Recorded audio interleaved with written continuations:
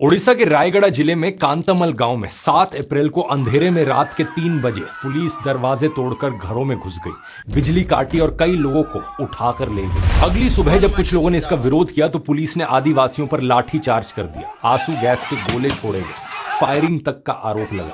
इसमें लगभग 70 लोग घायल हुए हैं। पुलिस और सीआरपीएफ 24 घंटे पेट्रोलिंग कर रहे हैं। फसलें नष्ट हो गई हैं क्योंकि उन्हें समय पर नहीं काटा जा सका। ये आदिवासी केवल एक वक्त का खाना खाकर रह रहे हैं और ड्रोन से इनके ऊपर नजर रखी जा रही है। जानते हो दोस्तों, ये सब हो क्यों रहा है? सिर्फ इसलिए क्योंकि आदिवासी अपने पहाड़ों और जंगलों को बचाना चाहते हैं। नक्शे में देखो, उड़ीसा में रायगढ़ और कालाहांडी जिलों के बॉर्डर पर एक एरिया है, सीजीमली हिल्स। ये हिल्स कोंद, परोजा और कई सारे और आदिवासी ग्रुप्स के लिए पवित्र मानी जाती है। ये लोग मानते हैं कि इसके ऊपर एक गुफा में इनके देवता तीज राजा रहते हैं और पवित्र होने के अलावा ये पहाड़ियां आदिवासियों के लिए खाने, पानी और कमाई का सोर्स भी है। लेकिन 2023 में सरकार ने इसी जगह पर बॉक्साइट माइनिंग का प्रोजेक्ट वेदांता को दे दिया और अगर यहां माइनिंग हुई तो पानी, जंगल, खेती सब खत्म हो जाएगा। अब सीजीमली पूरी तरह 5th शेड्यूल्ड एरिया है, यानी कॉन्स्टिट्यूशनली प्रोटेक्टेड ट्राइबल एरिया। तो यहां माइनिंग से पहले ग्राम सभा का कंसेंट लेना जरूरी होता है। लेकिन जानते हो ये कंसेंट कैसे लिया गया?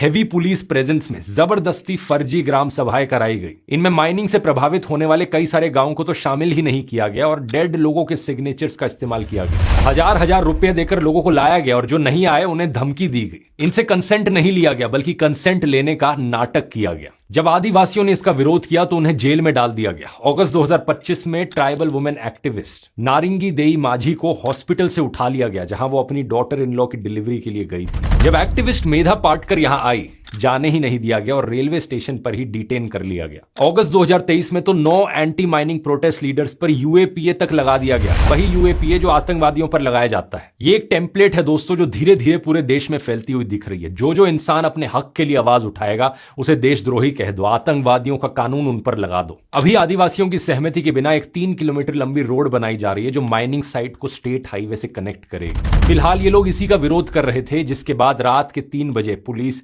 इनके घरों में घुस आई। सबसे शॉकिंग बात यह है कि सीजीमली नियमगिरी हिल्स से 100 किलोमीटर से भी कम दूरी पर है। यहां पर भी कई साल पहले वेदांता के खिलाफ इसी तरीके से प्रोटेस्ट देखे गए थे और इसे लेकर 2013 में सुप्रीम कोर्ट ने जजमेंट दिया था कि माइनिंग पर अंतिम फैसला ग्राम सभा का होगा। सीजीमली में इसी कानून को खोखला किया जा रहा है और नियमगिरी में हारने के बाद सरकार और ये कंपनीज अब दूसरे रास्ते से माइनिंग करने की कोशिश कर रही हैं। इससे फर्क नहीं पड़ता कि आप माइनिंग के फेवर में हो या अगेंस्ट में। फर्क आपको इससे पड़ना चाहिए कि लोकतंत्र में लोगों की आवाज को किस तरीके से दबाया जा रहा है। आज ये आदिवासियों के साथ किया जा रहा है, कल ये आपके साथ होगा।